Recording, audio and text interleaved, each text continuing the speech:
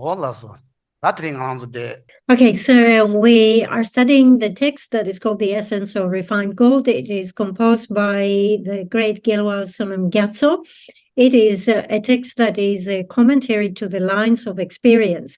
It is an incredible text in the sense that it's easy to understand. It is short in length, but it has a very profound meaning. It's a text that summarizes and includes all the key points of the great text of the Prajna Paramitas and the ornament of realization. Therefore, we're very fortunate to have the opportunity to study a text with such features. We have already gone through some of the preliminaries, and after the preliminaries, we start with the actual subjects of the Lam Rim, the first of which is the proper way to rely on the teacher. Then after this, we have other topics, like death and impermanence, karma, refuge, and so forth. Then all the way down to calm abiding, special insight, everything that is necessary in order to reach the state of omniscience. The Lam Rim texts are unique in terms of presenting all the paths that are shared with the individual of the small scope, the paths that are shared with the individual of the middle scope, and also the unique paths of the individual of the great vehicle. And they present them in a way that is easy to understand and easy to put into practice. Now, as we said here, the first subject matter is the proper way to rely on the teacher. Although in this text, The Essence of Refined Gold, we do not find outlines and subheadings, if you look into other Lam Rim texts, such as, for example, Lamrim Chenmo, you will find the two major outlines. The first one is how to properly rely on the teacher, the root of the path. And the second one, having relied on the teacher, how to then train the mind of the disciples. So in terms of how to rely on the teacher, which is the root of the path, Lamrim Chenmo dedicates about 20 pages on this subject. Here it is much shorter. This whole issue is, preliminaries and so forth. It's about 3 pages, not much. Once we have relied on the teacher, then we say, having relied on the teacher, how you start the practice. So having relied on the teacher, the next thing that we do is to visualize the field of merit with the guru as being the main figure there. The reason why we visualize the merit field with the guru as being the principal figure is because we want to amass our accumulation of merit, and also we want to work on our purification. So there is a question here, why do we need to accumulate merit? The thing is that if you want to generate these realizations of the Lam Rim topics and progress along the path, the 5 paths, the 10 grounds, and so forth, you need to be supported by accumulation of merit. Therefore, we visualize the merit field and engage in the 7 limb prayer that combines, that has parts or features that allow us both to accumulate merit and purify negativity. So with those 7 limbs, first of all, we make prostrations, we make offerings, we confess our negativity, we rejoice in virtue, we request the Buddhas to turn the wheel of Dharma, we request them not to pass into paranirvana, and finally we have a dedication. So we talked about relying on the spiritual teacher, and this idea of the teacher is something which is very important, not just within Buddhism, but also in everyday life in a secular sense. So, of course, if we look at it in a situation of a school, an ordinary school, right, in society, we understand what is the role of the teacher, how important it is. And if the teacher is doing their job properly, what they try to do is they try to educate young people and shape their minds so that they will turn out to be decent individuals. And through their study, they will become useful people in a society. The parents of the young students usually have their own aspirations. Probably they want to see their children educated, become doctors, become scientists, becomes, someone prominent in society. And when the parents have these aspirations and when the teachers also work diligently, then they can have a real effect in the lives of the young people. So you can see the teacher is someone who is very important in forming the qualities, the future qualities, the character of the individual. So if this is true in a secular sense, it's even more important within the practice of Buddhist Dharma. So we have to say that our teacher is actually very important and very kind in our past life, in this life, and in future lives. So that the virtuous friend is very important at all lives. So let's explain why the virtuous friend is important or was important in our previous lives. To understand this, we have to see what we have in this current life. We have come into this life with a precious human rebirth. We have the 10 freedoms, the 8 endowments. All our senses are working properly. We have met with the Dharma. We have come with imprints of Dharma in this life. So we have interest to pursue the Dharma.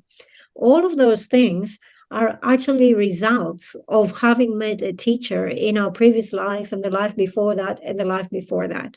So our spiritual teachers in our previous lives, they have given us teachings. So those teachings have placed some imprints in our minds, and the result of these imprints and previous practice and study become manifest in this life. And if you see how much we have in this life, you can see that we have relied in teachers in our previous lives. And the teachers of this life will also be very important to us because they will create the conditions for our future lives. Obviously, again, in our future lives, we want to obtain a precious human rebirth. We want to have all the freedoms. We want to have all the endowments. We want to have connection with the Dharma and so forth. Therefore, you can see that the teachers are very important to us. They teach us everything. They guide us through everything. And if you look at it in terms of any type of result we want to achieve, any spiritual aspiration we have, and especially the ultimate result, which is the result of Buddhahood, it is only something that is attained through relying on a spiritual teacher. Even those who do not accept the Mahayana and do not accept the Mahayana goal, nevertheless, even hearers and solitary realizers, they obtain the state of their arhathood by relying on their own teachers. They rely on the teachers, they receive the teachings, they put effort in practicing those teachings, and this is how they actualize the results. This is how any result is actualized. First, you receive the instructions from the teacher, and then you put your own effort, you work hard on it, and this brings about the result. The reliance on the teacher will bring about all spiritual attainments, but also will bring about all temporary and ultimate happiness in this life and in all future lives. Now, we talk about accumulating virtue and purifying negativity. We need to understand that virtue and negativity is created in relation to two groups, you could say. One is the Buddhas, and the other one is sentient beings. So we know that with our activities of our body, our speech, and our mind, we can actually accumulate virtue or accumulate negativity. So, for example, in terms of the Buddhas and the Bodhisattvas, you can prostrate, you can make offerings, which are physical activities, virtuous physical activities. Verbally, you can make prayers, you can praise them, and so forth, which are verbal virtuous activities. And of course, you can generate faith and respect, which is mental attitude, mental activity. So in this way, we accumulate virtue towards the Buddha. Of course, we can accumulate negativity if you criticize the Buddha, if you show disrespect, and so forth. These are negative actions. We know that in the case of the historical Buddha, Buddha Shakyamuni, he had a cousin, Hlejin, and Hlejin always antagonized the Buddha. He always criticized the Buddha. So those things happen. People do criticize the Buddhas. Okay. In terms of sentient beings, of course, depending on how we interact with others, we can either create merit or we can create negativity. So, for example, acting in a way that is pleasant, civilized, polite towards others, even, that basic civilized behavior is something that pleases others and therefore creates virtue. On the other hand, if you decide that you want to pick up a fight with everyone that you meet, that you are rude, that you are unpleasant, then, even within 1 hour in a public place, you can create a lot of negativity. So it is like this, whatever virtue and negativity we can create it towards the Buddhas or in relation to the Buddhas or in relation to sentient beings. So we talk about the importance of the spiritual master and how we need to rely on the spiritual master. So one of the instructions that we receive is that, you should venerate the spiritual master, you should serve the spiritual master. In Tantra, you have to see the Lama as being the deity and so forth, which, it takes a bit of education in order to appreciate these points. Geshe was saying earlier on, there were a few Geshes who went into the West, and these were early days. And back then, Westerners didn't know much about Dharma. And there was a situation when those Geshes, very educated Geshes, they went into the West and they, when you come into the subject of how to properly rely on the teacher, they had to talk about the qualities, the list of qualities of the teacher and how you have to show respect, you have to venerate, you have to serve the teacher and things like that. And a lot of the students, they took it to mean that whoever was a Geshe who was giving that teaching, it was like he was telling them, like, I have all these qualities, you have to make offerings to me, you have to serve me, you have to do this to me. It was a misunderstanding. Now, later on, when they got into the subject of Tantra, eventually, the students came to understand, the point becomes clear that you will not have any progress on the tantric path, and you will not have any realizations in terms of Tantra unless you properly rely on the teacher, and you must see the teacher in a particular way. So then at this point, it was the Westerners, the students, who asked the Geshe, and he says, can you please explain this whole issue of how to properly rely on the teacher? Because it seems here that unless you properly rely on the teacher, there will be no progress, no realizations. Okay, so we say that at this point, when we have established the visualization of the merit field, we engage the 7 limbs, excuse me, beginning first of all with making prostrations. So prostrations usually we offer by reciting either the confession to the 35 Buddhas or the general confession. And in terms of prostrations, we can make physical prostrations, verbal prostrations, mental prostrations. So quite an important activity. Following that, we have a presentation of offering, and it is important to be quite generous with our offerings. So things such as flowers and fruit and whatever we present out there. So we know that also when we make the mandala offering, that we offer exquisite things in great abundance and so forth. When we engage the practice of the 7-limb prayer, it is very important to be aware of how our motivation it changes the scope of the practice. So, for example, if we focus on all sentient beings who are as vast as the vastness of space, and we engage the 7-limb prayer with the bodhicitta motivation, then all these activities that we do become Mahayana practice, and they become the cause for reaching the state of Buddhahood. If, however, we engage the 7-limb prayer with a different motivation, so if we are terrified and we are afraid of the suffering in samsara, and we are thinking that what I aspire to achieve is liberation from the suffering of samsara, then all these activities that we engage become the cause to reach the state of liberation, but not the state of enlightenment. So, for example, you can reach the state of an arhat as a hero, a solitary realizer, and so forth.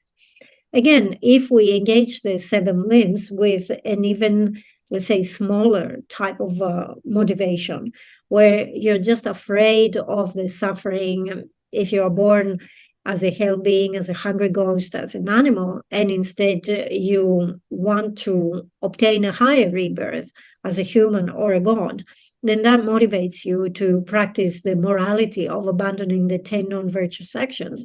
And then as you engage in those practices of the seven limbs, this becomes a practice of the individual of the small scope.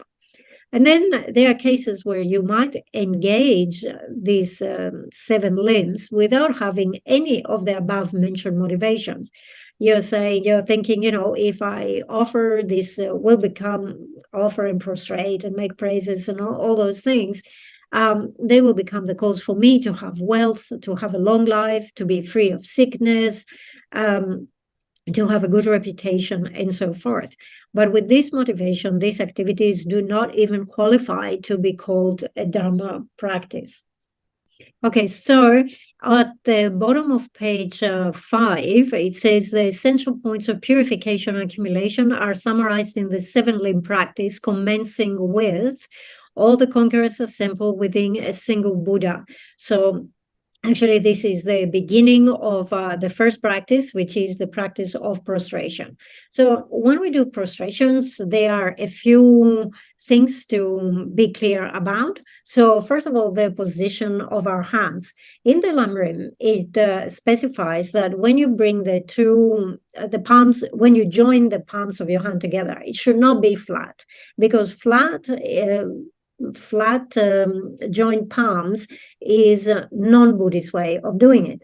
So instead, you should turn the thumbs inside and then put your palms together. So in reality, the two palms are cupped together. And this shape resembles the shape of a jewel. So this is how we put the two palms together. And then with this, having done this, we touch 4 points in our body. The first one is the crown. The second is here, the front, about the eyebrows. The third is the throat. And the fourth is the heart. Okay, so when you do this, you think I am placing imprints so that I can obtain, first of all, the crown protrusion of the Buddha, that is at the crown. Then the second here, when we touch the forehead, I place imprints to obtain the form body of the Buddha. When I touch my throat, I place imprints to obtain a speech similar to the Buddha, who can teach Dharma to all types of sentient beings. And finally, when you touch the heart, you place imprints to obtain the wisdom Dharma body of the Buddha, which is the omniscient mind of the Buddha.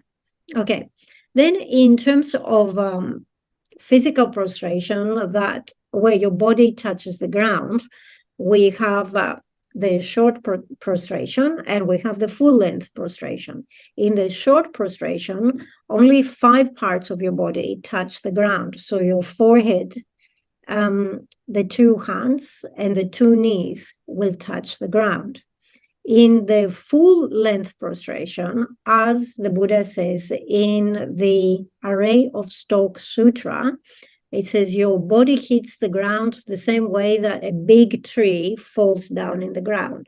So that indicates the entire length of your body is fully stretched out on the ground. And again, when we do these prostrations with the right motivation, influenced by great compassion, influenced by bodhicitta, this becomes the means for accumulating massive merit.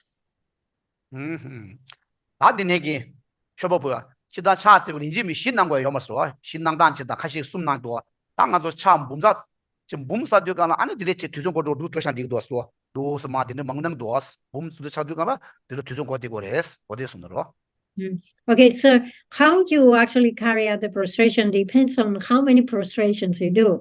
So, for example, when you accumulate 100,000 prostrations, you need to do quite a lot. So you see, it's almost like a continuous flow. You don't stop to do 1, 2, 3, 4. You just do it very quickly. Okay.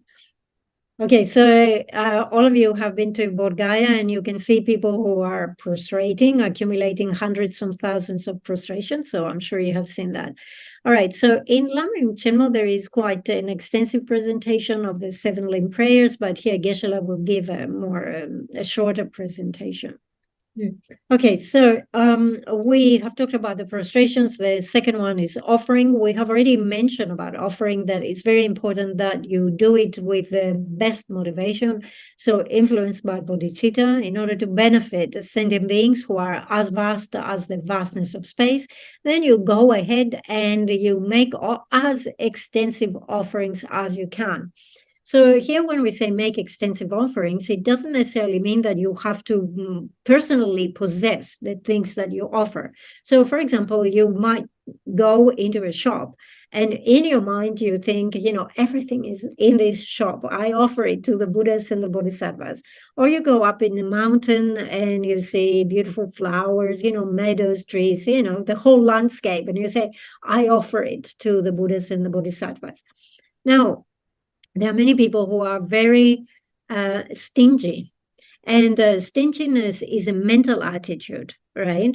So these type of people, they have difficulty, obviously, giving away things that they personally possess, but also it seems they have difficulty to imagine that they offer these other objects that they don't personally possess. So the main thing with offering is always, the mental attitude of wishing to give, even this imagined generosity. So again, when we make offerings, it's the motivation that is the most important thing. There is a story at the time of the Buddha. The Buddha had gone out with his begging bowl, and there were 2 kids who were actually playing in the dirt with the soil, right? And when the Buddha came, one of these 2 children, who must have had imprints from a previous life, he wanted to make an offering to the Buddha. So he got a handful of, dust, soil, and he wanted to offer it to the Buddha, to put it in the begging bowl. But the Buddha was very tall, and the child was quite short. So he asked his friend, his companion, to sort of like act as his cushion. So he climbed on the other kid so he would be raised and reached the begging bowl of the Buddha and offered that dust. So it is said that as a karmic result of having made that offering to the Buddha, that kid was born as a universal monarch. The other kid, who didn't want to make an offering and acted as a stool, he was born later was born as a slave, or Also, there's another story. At the time of the Buddha, there was a big wedding happening, and the people the family who were organizing the wedding, they also organized a feast, and they offer food, not just to their guests, but also to whoever would come to the house. And there was this beggar who, he was destitute, he was very hungry. And in this occasion, he arrived in this house, and they were freely giving food out. And he thought about his situation, and he said, oh, how fortunate I am that, here I am, I'm a beggar, I have nothing, but I received food today. And he felt he wanted to make a prayer for that, a dedication, but he was a beggar. Anyway, so he went to the shop. He decided he wanted to make a butter lamp, an offering of a butter lamp, but he was a beggar. So when he went to the shop to buy some butter, he only had like a penny or 2 pennies. And when he went to the shop owner, he said, can you give me 2 pennies worth of butter? And the shop owner says, no, we cannot sell that little bit of butter. And so the beggar explained the situation. And he says, look, I'm destitute. I'm a beggar. This is all the money I have. I don't have any more. But today I received this meal from these people, and I just felt, so overwhelmed. I wanted to make an offering of a butter lamp. So the shop owner took pity on him and gave him about $3 worth of butter. So much more than he could afford, but again, very small amount. Anyway, the beggar took this butter, and he melted this, and he made a butter lamp, and he lit the butter lamp and offered it. And he made the prayer, may I become a Buddha in the future to be able to benefit all sentient beings. Okay, so that was actually a very small amount of butter in the butter lamp, and you would expect that very quickly it will be exhausted. And usually when they made butter lamps offerings, the ones that they lit in the morning, they're exhausted by midday, right? Or certainly by evening. And then in the evening, there will be a new round of offerings and so forth. And it was actually Mongaliana who was out, and he was exhausting or putting out the lamps that were about to burn out. And the thing is that that very small butter lamp kept burning and burning and burning. But Mongaliana wanted to take away the morning lamps so that there would be the fresh evening lamp offerings. And the Buddha intervened, and he said, do not touch, do not put out that little lamp there, because due to this merit, the person in the future will become an arhat. Okay, so actually there are many amazing stories like this, and if you read the biographies and so forth, when you read those stories, they really touch you, they really motivate you. Okay, so we have done prostrations, we have done offerings. The next one is confession. So it's very important to confess our negativity, because we create negativity with our body, our speech, and our mind. And we have been accumulating negativity since beginningless time. If we stop and think about it, even in a period of 24 hours, we create an incredible amount of negativity. Sometimes we're just sitting there having a cup of tea, and the mind wanders in this and that negative area, influenced by attachment, influenced by hatred, influenced by confusion, and constantly we create this negativity. It's important to engage in confession on a daily basis, because if we do not confess, that negativity multiplies. And as it multiplies, it keeps adding up and up, so it becomes a huge amount of negativity. To engage in confession, we must employ the 4 opponent powers. The first one is the power of reliance. The second one is the power of repudiation. The third one is the power of restraint. And the fourth one is the power of applying the antidote. Okay, so it's important to confess negativity we have done in the past, negativity we're doing at the present, and obviously there will be negativity that we do in the future. The first of the opponent powers is the power of the basis, or the power of reliance. So again, here we visualize the Lama in the field of accumulation, and we meditate on compassion and bodhicitta. We go for refuge. So this is the power of the basis, or the power of reliance. Okay, so the second opponent power is the power of repudiation. So to see the fault in that activity, it's very important to have regret. It is said that without regret, basically you do not confess, you do not purify anything. In general, it is said that negativity does not have any good quality other than the fact that it can be removed through confession. So the important thing about negativity is that it can be removed through confession. It can be purified. We have a few stories that illustrate that very well. So, for example, the story of Milarepa, he killed about 32, 33 people, but then later he relied on his root guru Marpa, and Marpa took him through a process of purification, and he totally purified that negativity and even obtained the state of enlightenment in that one lifetime. There's a story of this Indian king as well, in ancient India, who engaged in so much negativity, but then he purified it and became an arhat. The other story is the story of Angulimala, who had received this wrong instruction that he should kill 1,000 people and make a necklace of their cut fingers. So he got killed 999 people, and he just needed to kill one more. But there was no one left in this area except of his mother. So at this point, he was contemplating of killing his own mother. However, the Buddha intervened at that point and stopped him and gave him teachings. He relied on the teachings, and he purified all this negativity and even obtained the state of an arhat. So as we say, the most important thing here is regret.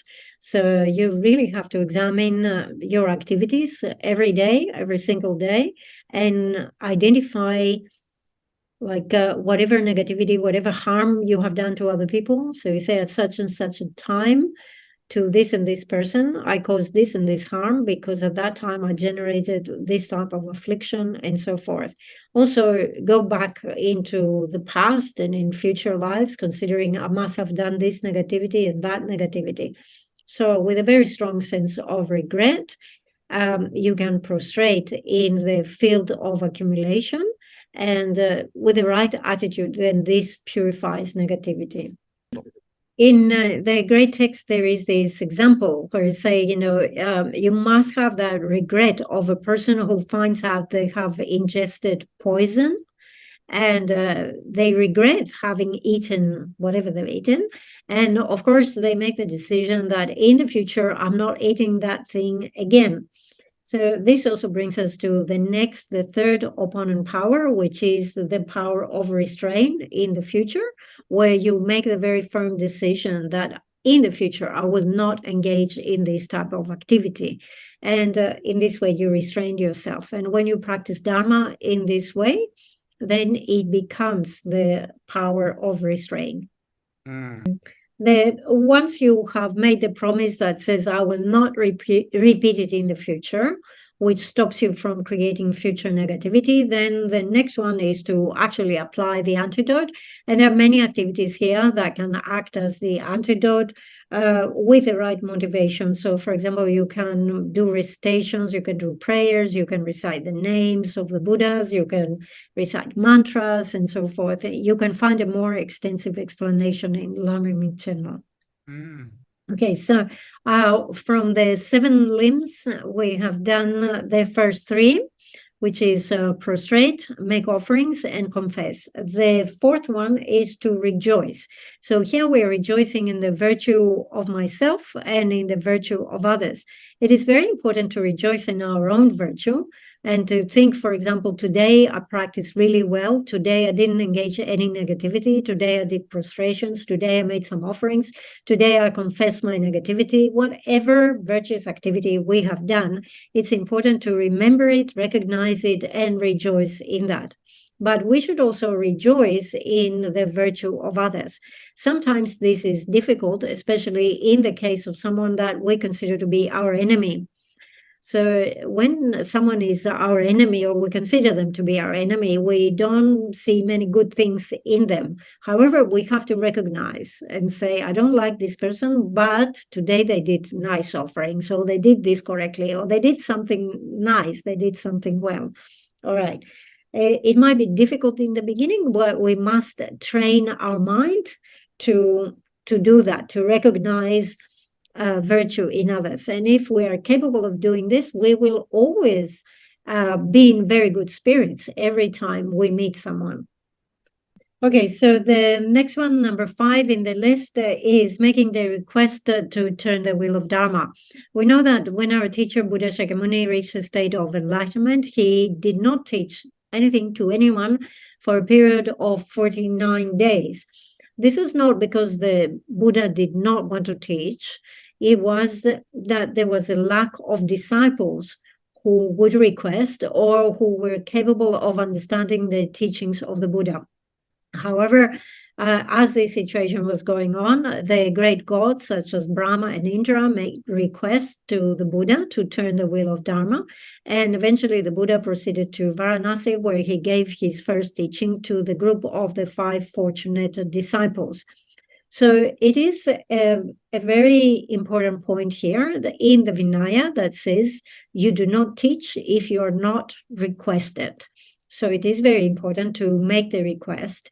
If you have something you don't understand, and if you meet someone that you think is qualified and a good teacher, it is very important from the student side that the students actually make the request and say, please, can you explain this to me? I don't understand this. Can you teach this subject?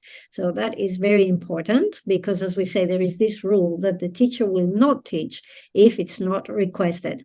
Again, there is an exception to that if the students are really mature, they're great bodhisattvas and so forth, even if they don't make a request, if they have the maturity to understand, then you can teach it, even if they have not directly requested.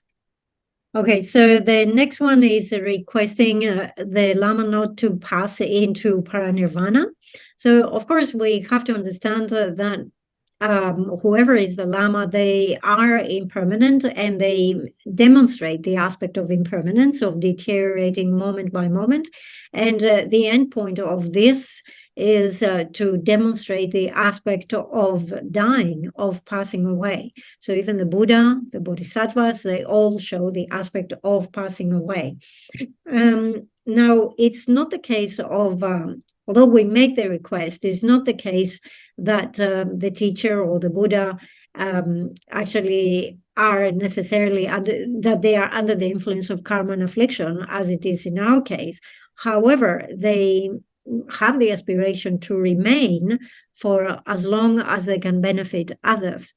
So these days we have this practice of offering the long life puja to the guru and requesting the guru to remain, to live for a very long life. This is actually a means for our sake to amass accumulation of merit, right?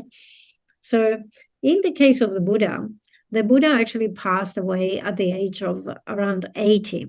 Although the Buddha had inconceivable merit and he could have remained living for eons and eons, the very first teaching that the Buddha gave in the Four Noble Truths was about impermanence, and also the very last teaching that the Buddha gave was the teaching of death, and again, impermanence, showing the aspect of death.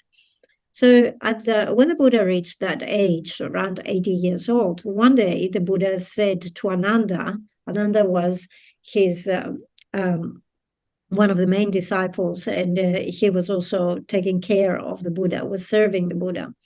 So he said, oh, it feels like I don't have long to live. I might be departing soon.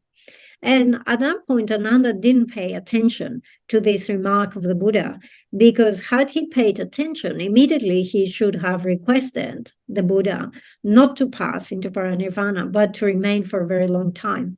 However, Ananda did not request. And in the meanwhile, the Maras got the opportunity and they requested first. And what they requested the Buddha was, could you please pass away? So the Buddha went to Kushinagar and demonstrated the aspect of passing away. And then, of course, Ananda, being the main attendant, was criticized severely by the other disciples of the Buddha. He was criticized on 8 points. The first one was why you did not pay attention, why you did not request the Buddha not to pass into paranirvana when he indicated that he might be passing away soon. And then there was criticism about how he handled the robes and the begging bowl of the Buddha and why he laid them on the ground whilst they should be, he said if you had offered it to the gods would keep them off the ground, like elevated and so forth. Anyway, so there was this criticism to Ananda. Okay, so the point is that requesting the gurus to remain without passing into paranirvana. It's for our sake to accumulate merit. Okay, the last one, the seventh one, is to make a dedication. And whatever activity we do, we know that whether ordinary mundane activities or dharma activities, we have the preparation, we have the actual activity, and then we have the conclusion. So here at the conclusion, what we have is the dedication. It is important to dedicate all the roots of virtue that we have created towards the supreme enlightenment of all sentient beings.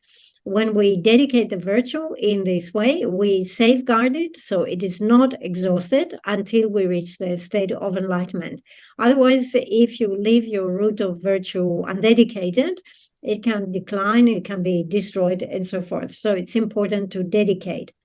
So we have presented the 7 limbs, and it is always important to engage in this practice. Very clearly, it is said in the Lam Rim that we must work towards amassing our accumulation and purifying our negativity.